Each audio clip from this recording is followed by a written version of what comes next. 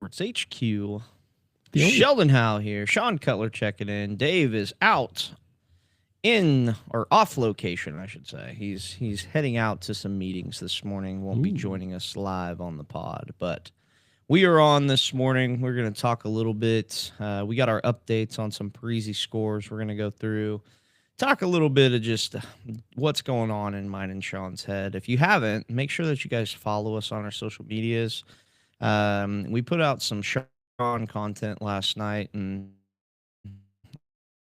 it love. Make sure you get on the really good. Finally. And no, No, I was just playing it. That, It's only been like yeah, since he left. it's hot. But how you feeling? Show him how's the month that you're there to support. Hey, last time he's You personally, not how am I Naj? feeling? Yes. I'm good. Better than I deserve. How are you? Wonderful. Wonderful. My arm feels better Yeah. day by day. Yeah. Doing a little bit of cool things. Dave, for how that. are you feeling? He nodded and smiled. It was a wry smile, if you were wondering. His eyes gleamed with hopefulness and Excitement. his forehead wrinkled just a little bit, so you know that he's There was a little bit of shine on the top of his head. So you that know that showed the he's- angle of his smile, Yeah. leaning to the left. we could be Narrators. Yeah. Narrators of books. And there was the whale swimming in the ocean. Yeah. Yes. Yeah, he gets to have Chick-fil-A breakfast this morning with the Chick-fil-A people over at Chick-fil-A. And because, they're very good sponsors of the Summer Ball Showdown. And so he's going to mingle with them a little bit. Mingle and tingle. I remember last year, thank you, Chick-fil-A. It was I had probably 900 Chick-fil-A sandwiches in the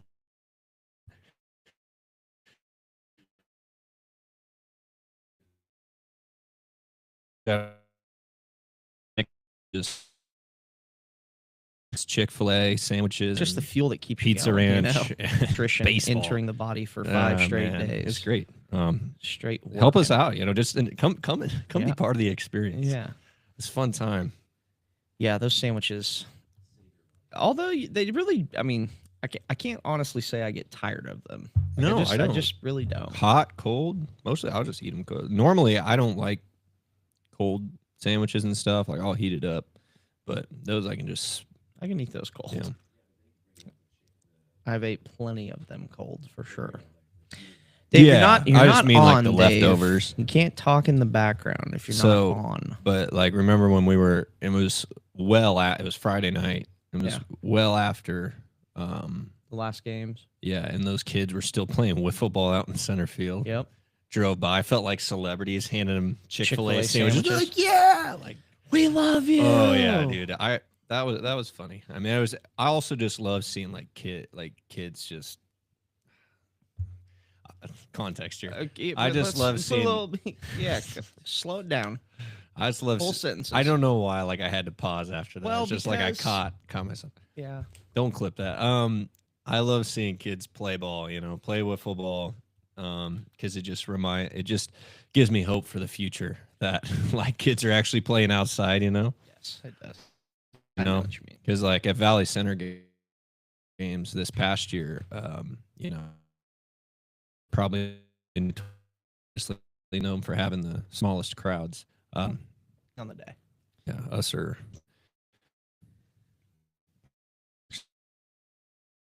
But this past, but it goes run throwing baseballs or maybe football.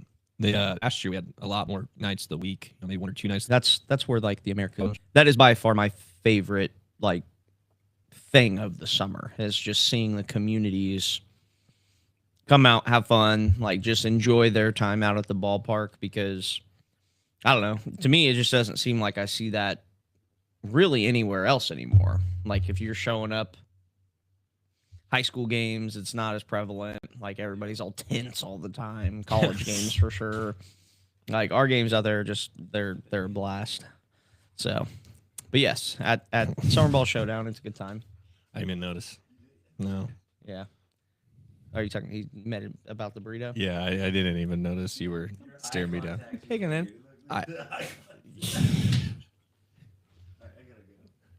I just I was still thinking about my comment that was out of context, especially in my line of work. Just love seeing kids, and I just stopped talking. That's yeah. See you, Dave. But yeah, no, it is a lot of fun.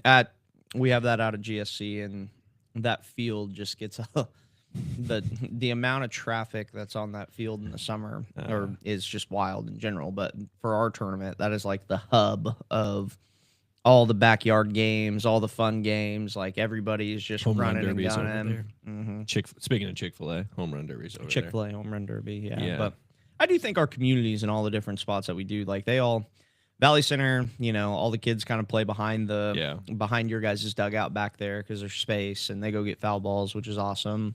Mulvane. And what troopers they are, because they're going to get eaten by about 17 different bugs. The pterodactyls back there just sucking blood out of them. Freaking mosquitoes are crazy. Another Dave allergy right there.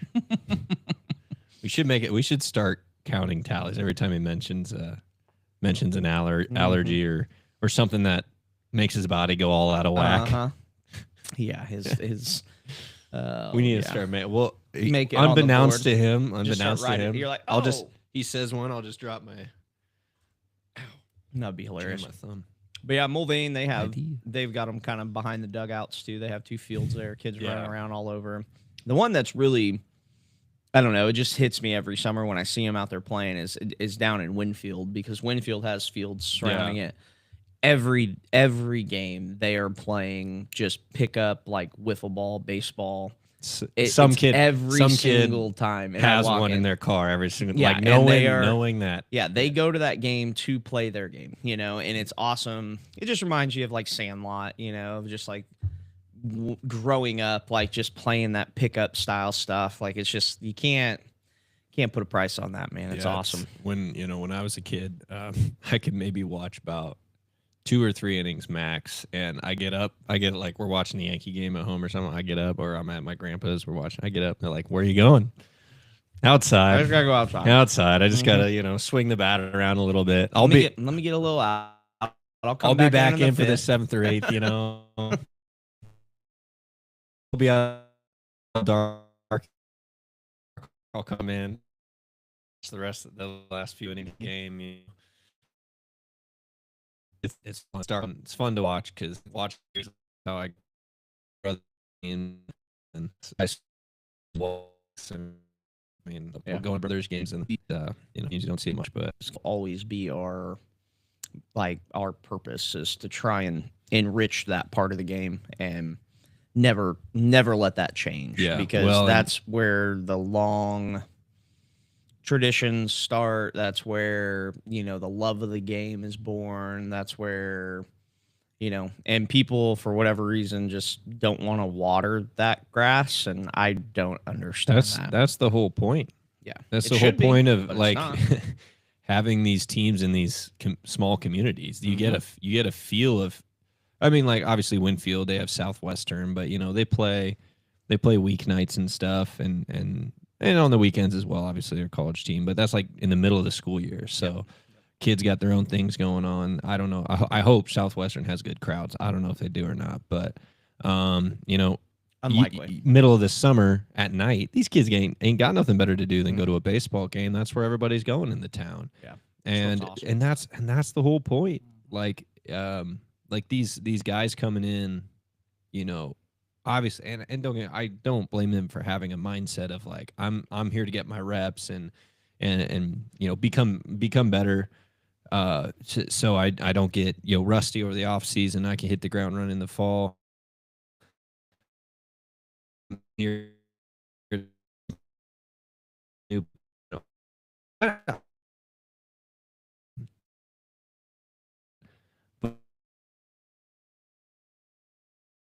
Personal, and like you said a while ago, it's probably when we talked about Winfield with Cole, talk about kids playing ball and move, which they want to be moving when they grow up, But you talk about again that's like the whole point. Like you come to, yes, get your reps in, but you come to be part of a community and part of something a little bit bigger than baseball, and get to be part of the passing of the torch and the generationalness of the game. I don't know if that's a word, but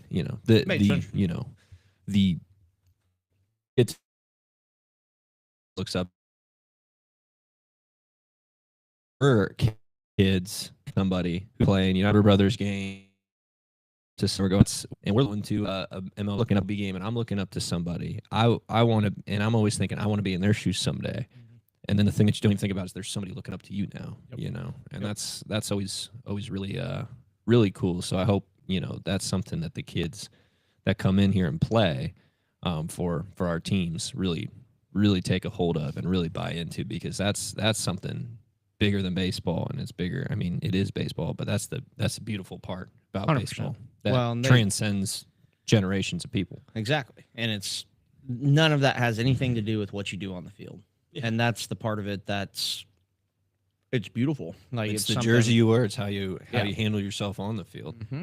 Because those kids don't remember. I mean, no, these kids they remember that the games are fun. They remember winning and losing a little bit, like because when you lose, it's not as fun. But they don't remember the score. They don't remember that you went 2 for 3 or 1 for 4 or whatever it is. Like, they don't care about that. Like, they care about how you make them feel and how, the host families, like for those guys that get to go home with those, they're essentially like half brothers and sisters for the summer, and get to hang out with them and learn how to, some of our guys, there's a flip side to that too. Some of our guys don't come from big time families that have, multiple siblings and things like that. So they get a sense of belonging and playing inside of a unit that's, a family core nucleus trying to like support something and be there for each other and that type of stuff. Like, these are all like the big picture stuff that behind the scenes of the KCL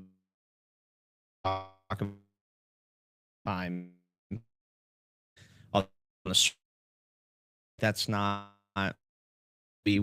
that's not what we're talking to players. Like on a daily basis, they are how we don't talking about with the we operate about the surface side or whatever, but being the type of success that it is having is because we have a core group of coaches and staff and people, host families included, right? Operational staff, like the support staff, like everybody across these places. Like, we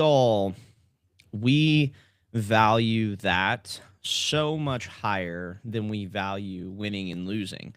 It just so happens that we've put good baseball teams together and we found ways to win, national championships. Like, we've done that, like, and that's part of it. Like, and part of that success draws in more people. Sure. Like, we're not gonna act like that doesn't, right? Because people don't really love coming to like a losing mentality or anything. But the idea behind that is that everyone in the league puts the league first. Everyone in the league is trying to do what's best for the league, big picture wise. And then, we just so happen to compete against each other in the summer. But we do it with a lot of respect. We do it with people helping each other in the process. Like, it really is something that's been fun to be a part of and exciting. And so, yeah, I don't know why we got off on this topic and talking about that at all, but because that wasn't even how we were going to start this podcast. Well, I talked about how much I love to watch kids or whatever. So, yeah, we did have to pivot a little bit, and, that was a genuine comment. Yeah. Give the context behind there was genuine behind that. I had to pause dead kids and think about in what the I world. Just Gotta cover everything that we put out on days. Come on. PCLB flight. Whoa, what? Did you see that? No. I don't know if it's true or not, but I saw some report that there was an airline that came in and out of Wichita owned by Ghislaine Maxwell. Oh, really? Yeah. So, which, I mean, I-35 is one of the most prolific pathways to the United States for human trafficking. So, wouldn't be surprising. Yep. Sadly. very sadly.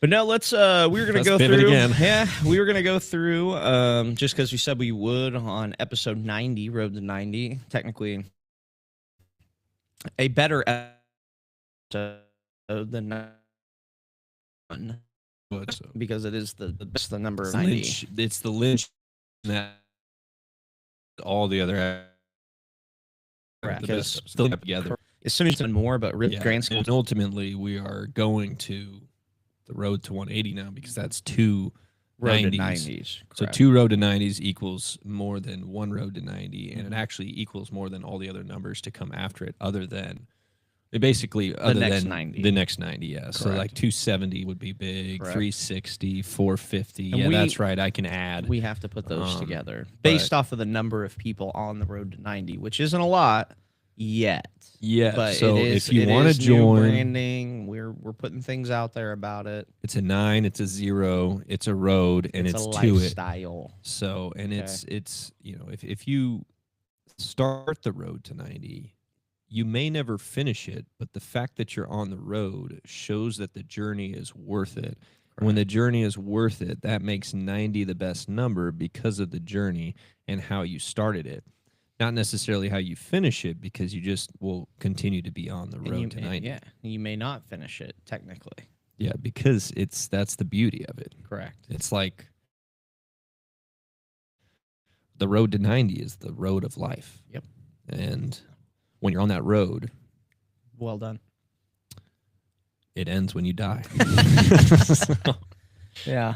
But anyway, we're gonna go through Maybe. Parisi We'll see. results. We'll see if we find something else to talk about. No, before we'll that. mix something in there. But Parisi results, we had some cool, so for those of you guys maybe never listening to us or just skip through to stuff that it highlights, Parisi, we do a challenge event every single month, which is essentially a progress report for all of our athletes that are currently in our program, that are going through, obviously on their own individual programs with all the different pieces and all the different programming things that we offer and do. So with these progress reports, we always try to highlight, some of the athletes that are making some significant improvements, the ones that are super consistent with coming consistently. And, we want to try and, kind of showcase them a little bit, talk about them, give them a little bit of clout. And so that way they can, boast to all of their teammates and friends about all their hard work because they are the ones doing it. We were just part of it. But so I'm going to turn it over to Wichita Parisi Program Director, Sean Cutler. Thank you to my co-owner. We need in-studio sounds so we can do, I heard that, so we can do little Breaking news. Dun-dun-dun, dun-dun-dun. There we go. Yeah, screw ESPN. Anyway, yeah. So I went through some of the highlights. I just didn't have them really organized the other day. I got through the rest of the scores. I was talking away from the microphone there. And so we had 52 athletes that tested. That wasn't everybody. We do it the last Monday and Tuesday of every month. So except for May. May gets a little weird and December gets a little weird. But so not everybody always makes it in. Try to encourage everybody to if they can. But we had 52 athletes tested, which might be the most amount of athletes that we've tested in one testing since I've been here. I could be wrong. There's might have been times before I started keeping track of this that we had that, but since I started keeping track, for sure, It's a bigger number. 52 in 2 days. That's quite a bit.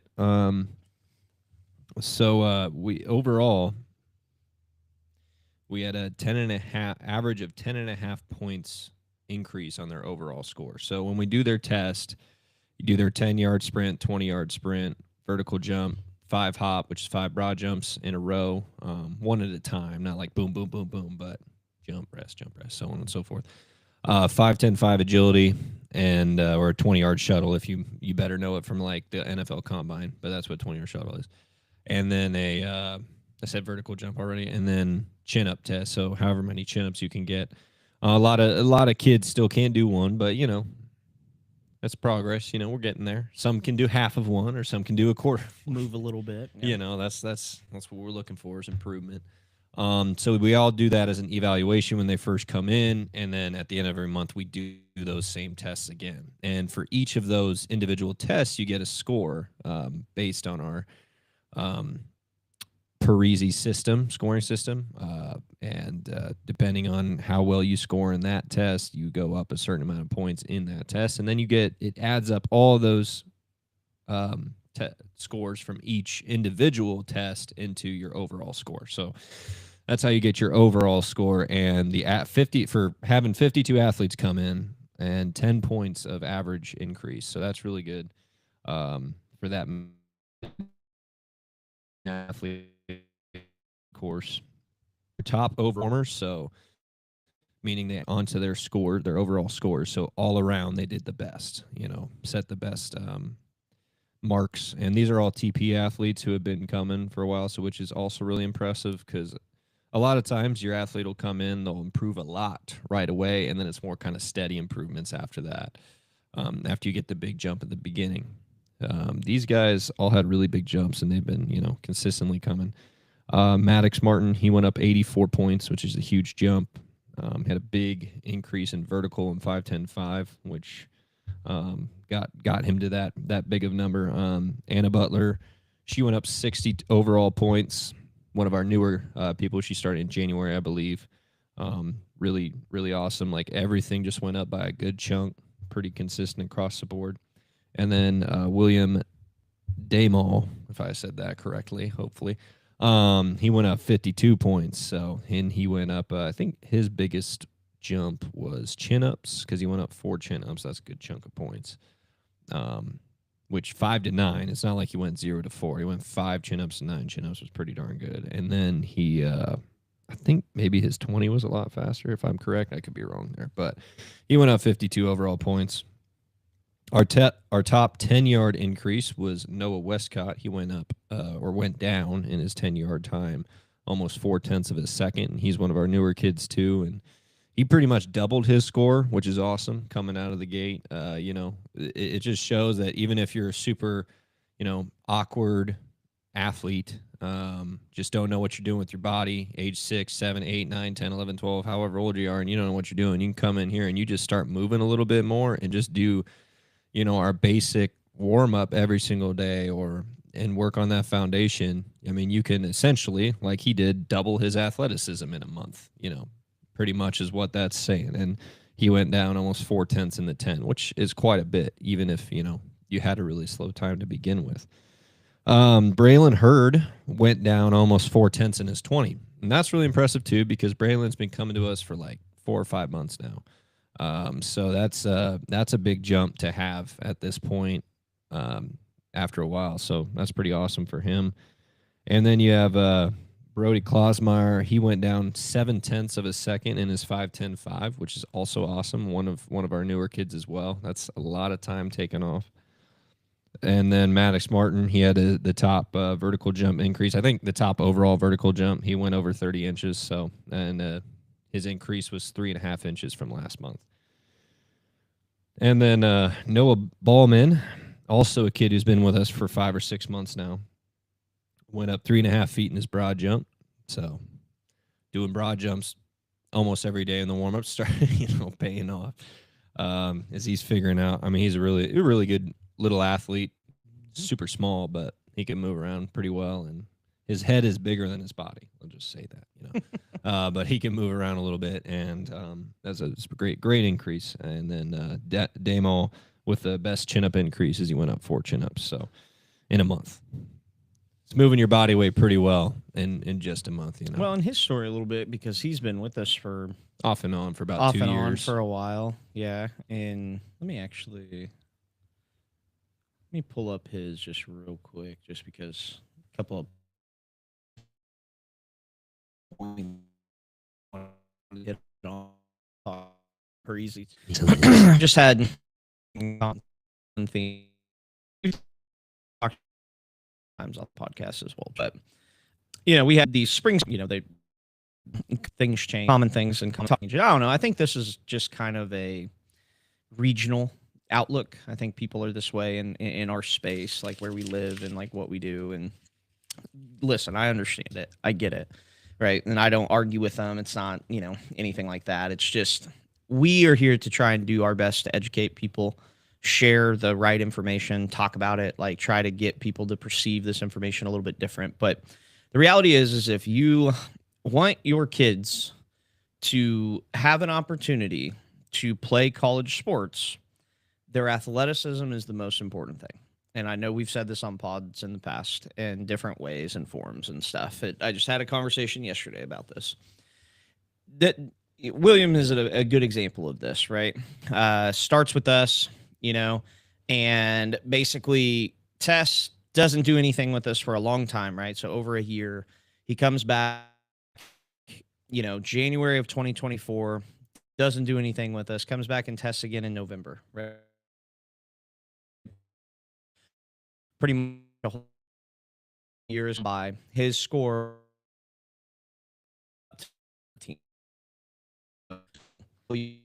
there from right through 19 much more 292, but Something like that. 20 or less. Yeah, points slow. These problems. He was whatever. Just by without training and doing stuff. You know what he's doing during that year? He's playing soccer and playing soccer and playing soccer and playing soccer. And this entire time, and you come back and then you test again, and your score is essentially roughly about the same. Hasn't really changed too much, right? 292 up to a 313. That amount of time's gone by and you haven't really advanced or progressed athletically. Okay, so then he starts working with us super consistently, right? So November to January. So we're talking about a 2 to 3 month window here. So I don't remember exactly when he started in that November, but he goes from 313 up to a 372. So same thing, right? So now we hit the gas pedal, we get pushing, right? We go up 60 points. Okay. So then what happens? Well, January rolls back around and then we get into our spring sports schedule again. Okay. So what happens? He's gone. Right. So then he's here for a shorter bit of time and then he's gone. Soccer.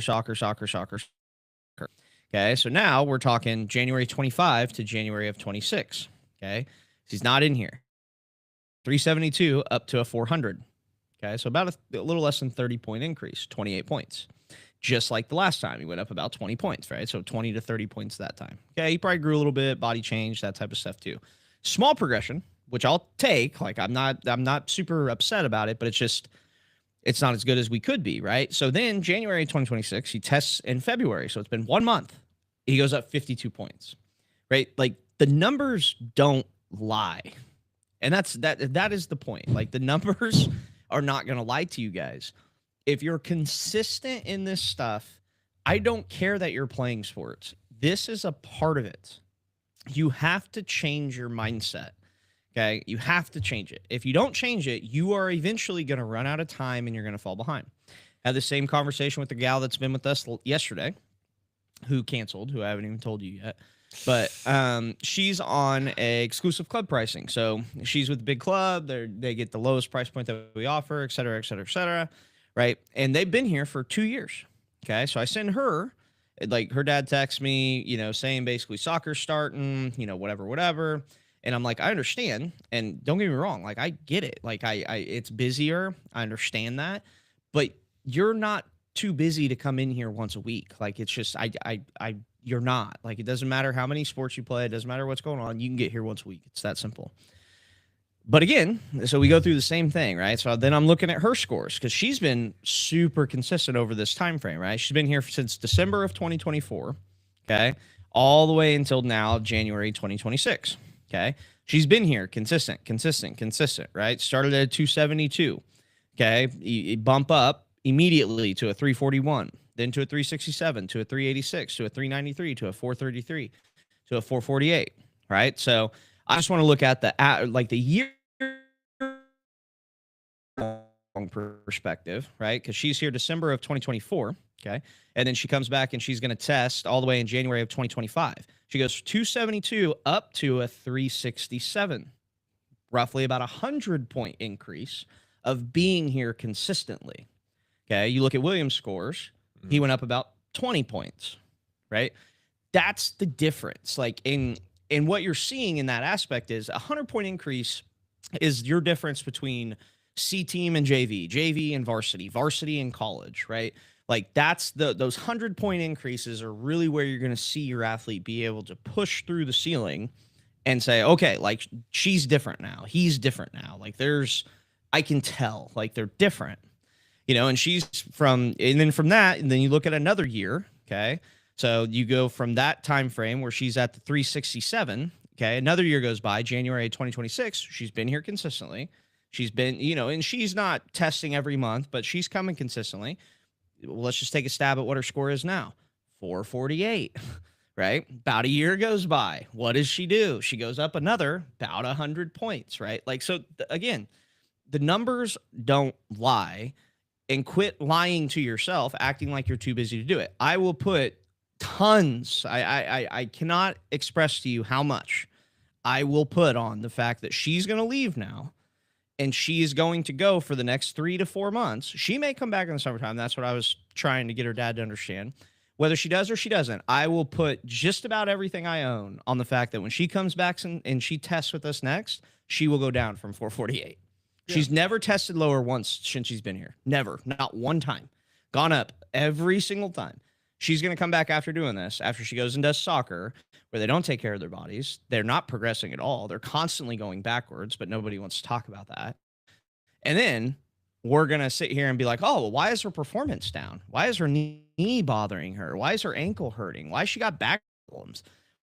Why is this, and this? And it's like, dude, like how simple can we make it for you? Well, we were talking about this yesterday with like the club sports. It's and she's starting her high school season, right?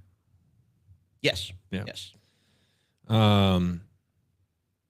This is the time we live in. It's short-sightedness is what's in front of me right now. It's not what's going to happen long term. And look, I try to do this in my mindset, and I try to focus on the next day. But I'm not playing a sport anymore. Like, I'm focused on the next day. But when it comes to the athletes, we have to look into the future a little bit. And we can't just look at, okay, I'm busy this month. No, it's going to be in there, so I can't change or whatever. Be impossible. Exclusive club. You just do the math and it'll work out. Let me get it justified. You look at ours. That's their prices but it's like still, and that's a whole other thing. Out, and that's the common misconception, because I don't know if you've been looking at the scores or not, but we're not we're not a conditioning program. She's not getting worn out. I almost dropped an F-bomb. I didn't. But, like, we're not a conditioning program. You don't test better because you're worn out. No.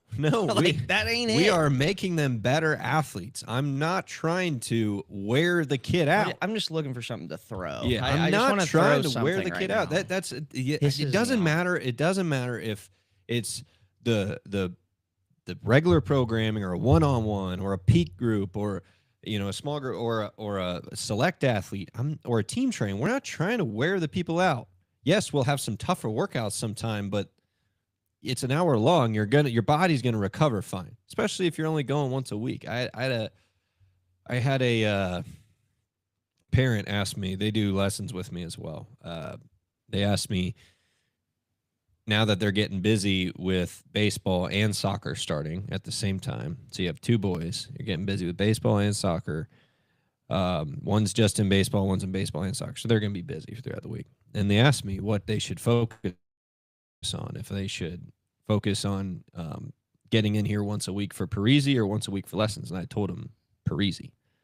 And they were surprised. And which, when you look at them paying the business and them just paying me for lessons, I'd probably surprised there that I would say that. But I was like, no, for your kids, especially for your kids, especially young athletes, and it doesn't matter, old athletes too. But we can always come back in and do a little quick tune-up lesson. That's fine. We can find a time of the week, get in here, do your tune-up lesson if things are going really bad. But stay consistent at Parisi, and your body is going to be more prepared and better prepared and ready to roll for the multiple sports that you're in. And it's going to feel better because, like I said, we're not coming in there and just running sprints. And if any coach tells you to stop doing lifting or working out during the season, they don't have your best interest in mind. Get off they don't. The team. They don't. They are clearly only short-sighted thinking of the season because they think you're doing too much and it's going to affect your performance. It's an absolute lie. And any coach right now who thinks that way needs to reevaluate their thought process. You have to train in season. It is better for your health. I'm not saying, and that's the problem. You say training, people are like, well, you're just going to throw weights around all season? That's what's going to get them hurt. That's not what it is. Well, get off Instagram. Yeah, that's not what it that's is. Where you get because your information you talk from. about numbers not lying. Okay. Our testing numbers don't lie. Those go up. Like I said, that kid who doubled his score basically doubled his athleticism. Okay. Your numbers go up, and this actually translates to athleticism. It translates to the field. That's why we do an agility test, a broad jump test, a vertical jump test, a relative body strength test with the chin-ups, and then the sprints, because it actually translates to the field. You talk about training in season with lifting, not that lifting is bad in season, but if we're talking like max numbers, those are the numbers that can lie. Because trust me, I worked my butt off in the weight room for 3 years and 3 out of the 4 years in college, pretty much 3.5 out of the 4 years in college. And I didn't see the progress on the field because I wasn't improving myself athletically. I was getting stronger, but I was also getting stiffer and less flexible. And part of that's on me, but I also just wasn't guided in the right direction. I was just like, I got to get bigger and stronger, and then it'll make me a better ball player. It didn't. Okay. And it doesn't make you a better athlete. That's fine to lift heavy and move weight fast. That's good. But we also have to train our bodies and not just our muscular system. Okay. We have to train our central nervous system. We have to train our fascia, our tendons, our collagen, and all that stuff that supports our muscular and skeletal system too. And that's what we do here. It's so much more farsight, like it's so much more preparatory for the future, tomorrow and the future as well, what we do in here, than just, oh, come in here for a month, we'll get you right for the season, send you off to your sport, and that's that. No, this is a investment long term, and that's the problem. Like the $50, like the exclusive club pricing, is such a freaking steal of a deal. In 1 month, and it's about like the value in what we do, and that's the problem. Parents and coaches have been brainwashed that sports specific stuff, and we talked about this the other day as well. Sports specific stuff is the way to go. They've been brainwashed into doing that. Yeah. And I'm not saying sports specific stuff is bad. I'm not saying weightlifting is bad. I'm just saying if you do too much of one thing that's not focused holistically on your athletic ability, that's what's going to be detrimental to your development moving forward. It might help you in the short term. It might help you tomorrow. It might help you today. It might help you feel better that you threw a bunch of weight around. But does it make you better on the field? Does it make you healthier on the field? Does it make your joints, your tendons, everything last longer on the field when you're cutting, when you're midway through the season, you've been running on turf all year, you're having shin splints because we're not getting that worked out? You know, there's so much different things that can pop up if you don't take care of your body throughout the season. And that's why Parisi is so much more than just sprints and strength and everything. It is holistically getting you, and I don't really like using that word because I think it gets taken like hippie differently kind of thing, but holistically, peace and love. Yeah, every single system of your body works together, and that's what we do here. It's so much more than just getting your muscles bigger. It's so much more than just getting you faster. It is getting you faster, but it's so much more than that. It's bulletproofing your body so you're a better athlete, healthier athlete. You can move better, and you can last longer throughout the season without getting those aches and pains and knee problems and ankle. We get people who come back after a season every single time. Oh, I got a knee issue now. Oh, I tore my bicep. Right. Like, what? You're 12 years old. What are you tearing your bicep for? Yeah. No, I got a labrum issue. I'm like, why? It's just like, I know you're wrong. There's freak accidents. Things yeah, happen, you know, like broken injuries. ankles. My brother broke his foot stealing third base one time, like just because he's a weak little boy. But did Denton do Parisi? No. Yeah. That was kind of wild, though. He stole third base, slid into third base, and popped up and was like, yeah, that don't feel right. I've seen that before. And he's like, it's seen that something's weird. Before, and then he kind of sat there for a little bit, and then like he tried to like kind of walk it off. Slide head first, guys. Slide head first. Don't slide feet first. But yeah, but to the point, it's just, I don't know. Like we can rant on that, and we have. It's just The Talk about scoring that thing all is day. just something that is just like, and you hit it on the head, like seeing the value in what it is from a long term perspective. And I'll say this because I honestly believe it. I think with that girl, her opportunity to go to college is so much more prevalent right now Oh yeah. than it was 2 years ago. 2 years ago, By if your she stayed, description, I know who you're talking. yes, but 2 years ago, if she stays on the trajectory that she's on, there's not going to be much opportunity for her. She's undersized. She's not like she's a big girl. She's not that fast at that point in time. She's gotten a lot faster. But the reality is like if you take the trajectory of just playing your sport and just doing that and doing that and doing that, not working on the stuff outside of that, the average that we're going to see, and this is an average, is going to be between 20 and 30 points a year that you go up. Working on this stuff, you're going to see an average of 100 points a year going up. And this is across multiple performance categories, right? All things that college coaches are looking at, right? I said this on the pod the other day. Like, I don't care if you know much about the sport. All college coaches think they can teach it. That's why they're college coaches. All college coaches know the sports, for the most part, that they are coaching, or they wouldn't have the jobs most of the time, right? High percentage. There is a few guys that get thrusted into some roles. Yeah, it happens, right? That's life. But we all know they expect you to be at a level athletically. Like they expect it. It's an expectation. So if you are not there, it's the price of admission. And if you're not there, you don't get a ticket to even get looked at. And that's the problem. Like people think that their sports specific skill sets are going to be the things that get them eyeballs. And that is the biggest lie. Which is what everybody else is doing. That is the biggest lie that people tell themselves. Because, and this is, there's a lot to unpack in that, but part of it, probably the most important part is the level that you play at statistically doesn't translate to college. And you guys got to understand that. I don't care how good of a high school player you are. We play in college. It's different. It's not the same. I hit like 800 in high school. Like it doesn't translate who you're playing against, right? I had this conversation with the Legion guy the other day because we were talking about having some of their guys do some stuff, whatever. And it was the same thing. I said, you know, the best thing for these guys is to play better competition. If these kids at Legion Sports think that they have a fighting chance to play at higher level anything, they got to play at a different level of competition. It's the only chance that they have. Because if you just go play a bunch of Legion level stuff, that's great that you hit 1,000 and had 9 doubles and did this and did that. You scored 17 goals in one game. Like, amazing. But what happens when you're playing with people that are better than you? You're playing with people that are already a step ahead. That's the part that we have to change as a youth society, like a youth sports. You have to change that mentality if you want your kids to stand out and have a chance. This is the other argument that you always hear all the time from parents too, and they talk about it. They're like, you know, like, oh, Susie, she's over here she's doing this, she's get these goals, she's doing this.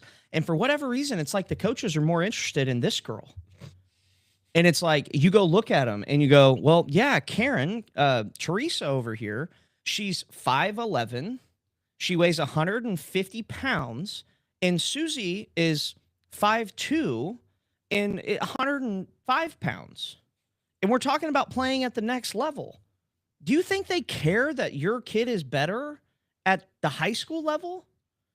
Right here, right now? No, they see her and see, okay, I'm going to get her in the gym. She's going to be a monster, and she'll just run people over for me. But for whatever reason, we can't, as a youth parent, they just can't, they don't see it. They see, oh man, you know, my son, he's a hockey guy and he's scoring on everybody because he's this, and this, and he's so good with this. And it's like, that's great, dude. But what does that matter at the next level?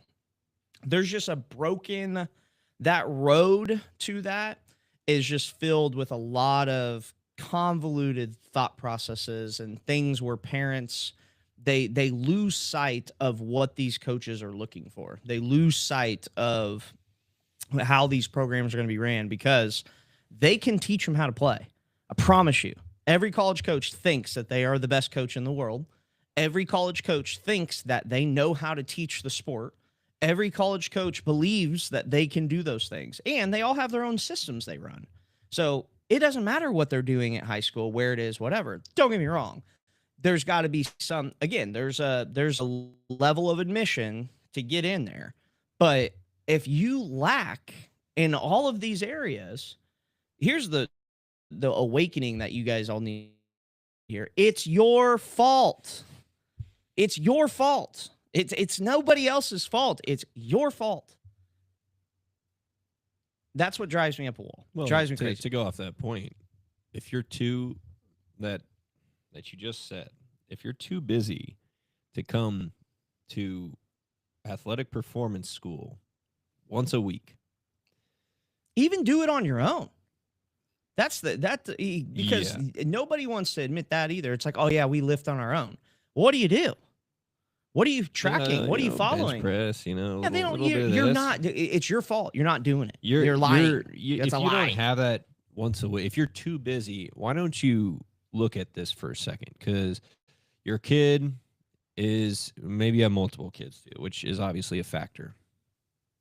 So you're running around multiple kids, different age groups, different places to practice. We understand that. Don't get us wrong. We understand, especially multiple kids. You're running all over the place. But if you're like, I'm too busy, but the reason you're too busy is you have kids in multiple sports at the same time. So you have multiple nights of practices, multiple days and nights of games. So your weekends are all games. Your weeks are all practices. And then you also do individual lessons as well on top of that. And you're like, oh, man, we just don't have time for this. It's like, okay, maybe you should reevaluate the fact that you got your kid doing that much stuff, because that's what's really going to burn them out. If we're going to be honest here, they come here and yeah, they might get they get a good workout and whatever, but that recharges them. That recharges their batteries. That resets their central nervous system. Yeah. Athletic battery. The athletic battery. Bringing it back. The athletic battery. I used that in a parent conversation the other day. Excellent. I saw their eyes go, wow, that kind of makes sense. I know. We got to TM, trademark. Parisi trademark. Wichita Parisi trademark. Co-ownership. Bill's probably already. Yeah, I'm sure he's said probably that a million times. He's going to call me here in 10 minutes. Like, hey, bud. I just tuned in your podcast and you're taking my turn. No, but yeah, it's like this is a refilling you, because when you do the same thing with your body every single day, running, or even if it's two different sports, say you're doing baseball over and over again, you're doing soccer over and over again at the same time. So sports usually find themselves side by side. Softball, maybe. You are not resetting that central nervous system. You're not keeping it up on its toes. And that's what gets your body in this lull, and it hits that ceiling. And then your body, and I've about this before too, to that practice speed. You're not pushing. And this is the reason I used with that parent the other day. I was like their bodies are going to get used to practice speed, which is, I'm going to go hard enough until the coach yells at me, and then maybe I'll go a little bit harder. But you're not reaching that top potential of your body. When they get into Parisi, I'm going to push them to reach that top potential of the body. I'm going to give them rest. They recover properly. I'm not going to do running progression, do nonstop running progression the whole time, right?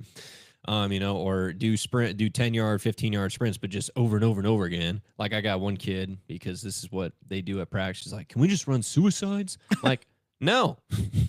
It does you no good at all. Yeah. At all. Yeah. And maybe on a change of direction day, potentially. But I use that example because it's just true, because I know it for a fact myself. My body gets used to practice speeds. My body if I'm only doing lifting, like myself, I'm working out and I'm only doing lifting for a certain amount of time, and I go try to demonstrate something in class, which I'm already talking and demonstrating something, so I'm already going to be winded afterward. But then I try to do it, and then all of a sudden I'm dying.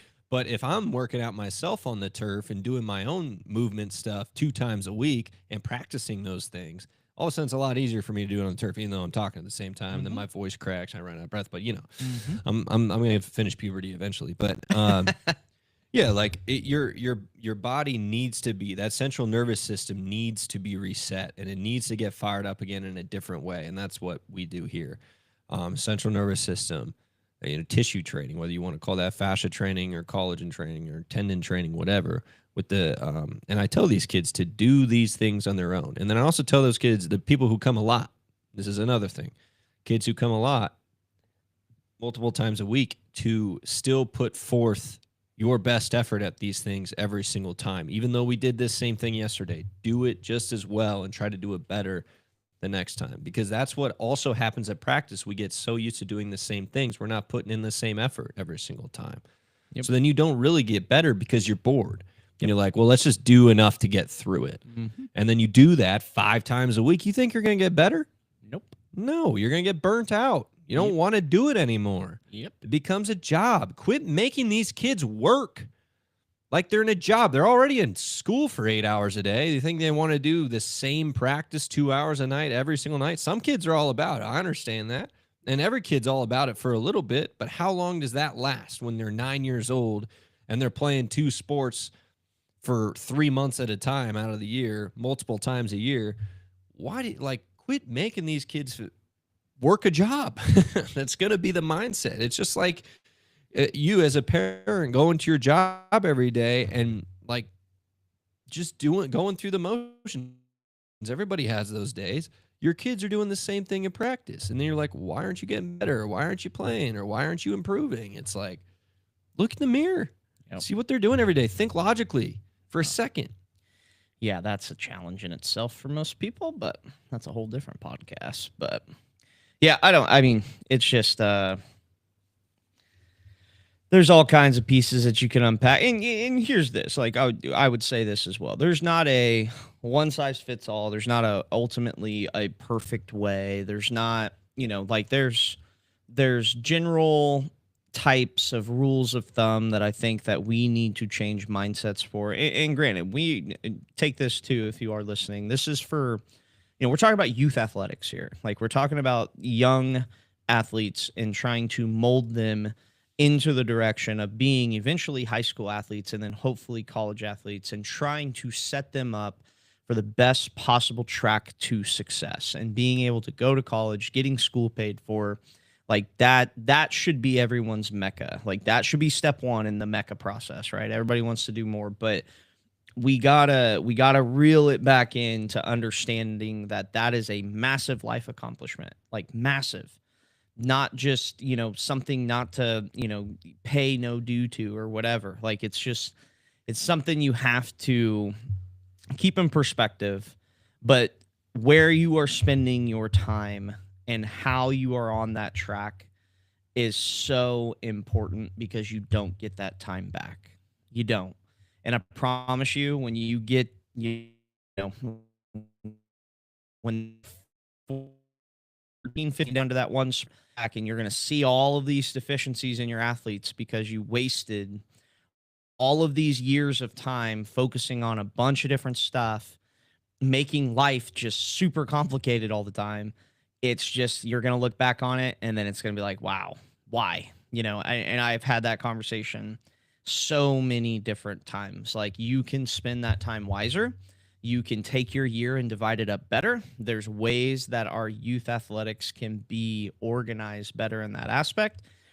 And then once you get it to where, you're in high school, you're looking to high school, looking to college, that type of stuff, and you're honing down, then it's about prioritizing, spending your time developing yourself into the track that you're trying to become, which obviously is a college athlete at that point in time, right? Then you have to prioritize how you make that happen. And don't get me wrong, we're arguing on both sides here. We want kids to enjoy it. We want kids to like it. It's not always going to be fun. There's going to be days that it sucks. There's going to be days that it isn't the most glamorous thing in the world. Honestly, 90+% of the stuff we do in here isn't very glamorous.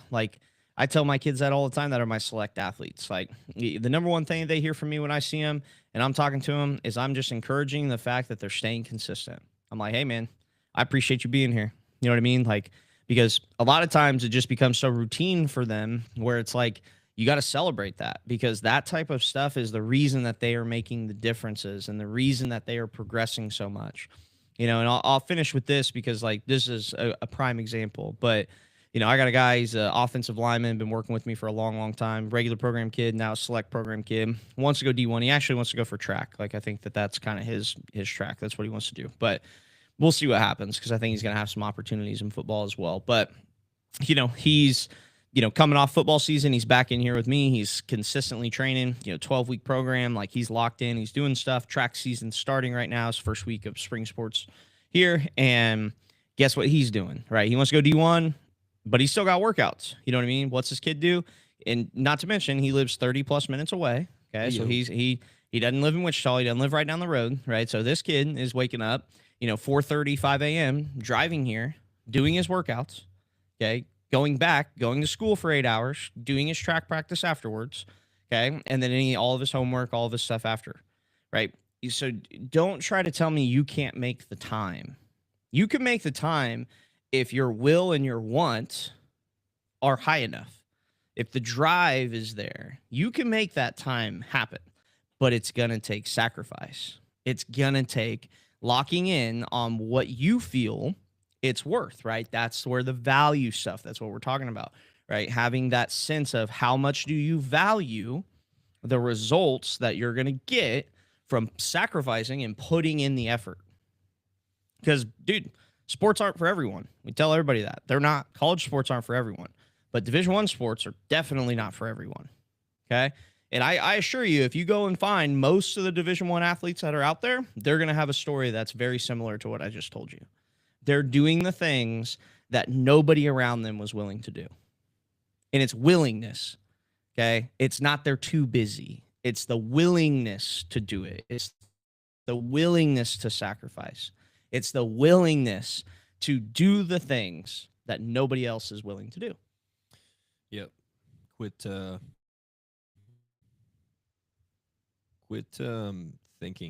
filling your schedule and thinking you're doing enough by doing something that everybody else is doing. Yeah. Fill parts of your schedule with stuff that not everybody else is doing. And then your work ethic can actually push past that stuff that everybody else is doing. And what you're doing by yourself when the lights are not on, when you're not around your buddies, when you're not around your friends at practice and stuff, and you're out there and it's just you grinding, whether that's in here, whether that's on your own time, whether that's somewhere else, do something, be willing to try something and do it and push through with the work ethic that somebody else isn't doing. Just like Sheldon was saying, right? If we do something everyone else is doing, you're not separating yourself from the pack, or you're not catching up to the pack because you're running parallel with, well, not parallel, but you're not gaining on them. Exactly. You're not gaining on them if you need to catch up, and you're not separating if you need to pull away. Yep. So if you want to continue to be part of the pack, go ahead. Fill up your schedule with sports-specific things all week long. Do the thing and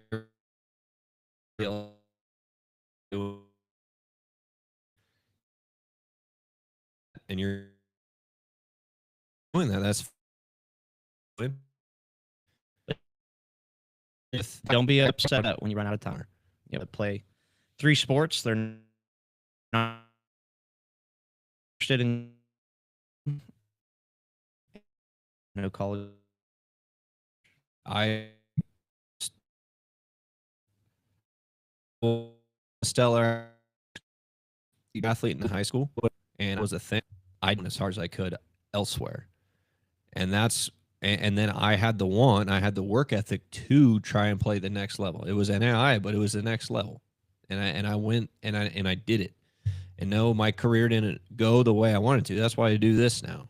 That's why I coach now, because I want other people to have better careers than me, and I want other people to make better decisions than I did.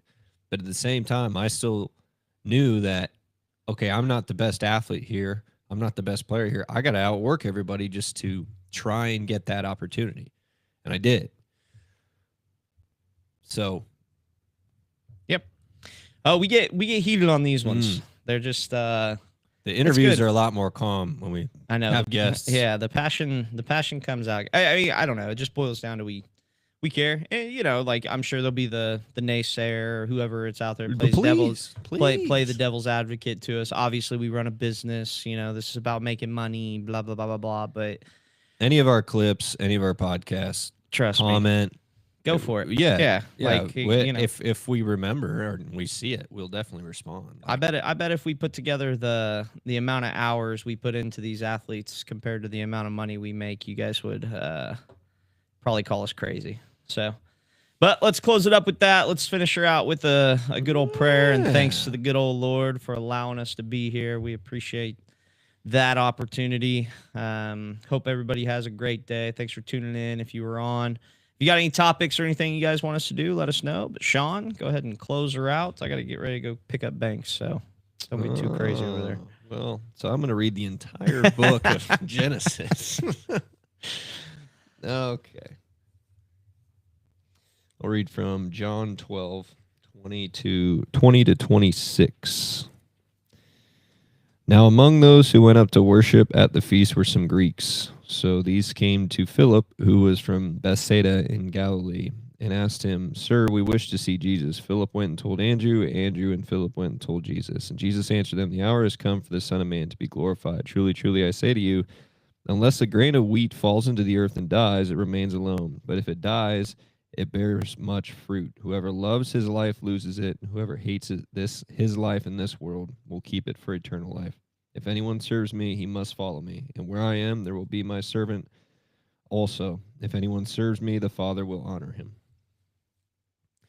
Lord, thank you for this conversation. Thank you for putting us in a position to have impact on other people's lives, to serve other people, to try our best and work our hardest to make their lives better, Lord. Thank you for every opportunity to do that. Thank you for continuing to allow us to serve other people and serve communities in order to hopefully give other people opportunities as well. Very privileged, Lord, to be able to do this every single day and then also get to talk about it and air out some of our grievances sometimes, you know. Very privileged to be able to do that, Lord. And I just pray that we do it and think principally to honor and glorify you, Lord. In Jesus' name we pray. Amen. Amen. Well, we appreciate you guys hopping on, tuning in. Like I said, if you got any comments, anything you'd like to share, anything you think we should talk about and cover, let us know. Hope you guys have a good rest of your day, and we shall see you tomorrow on episode 92, just 2 worse than episode 90. There you go. See ya.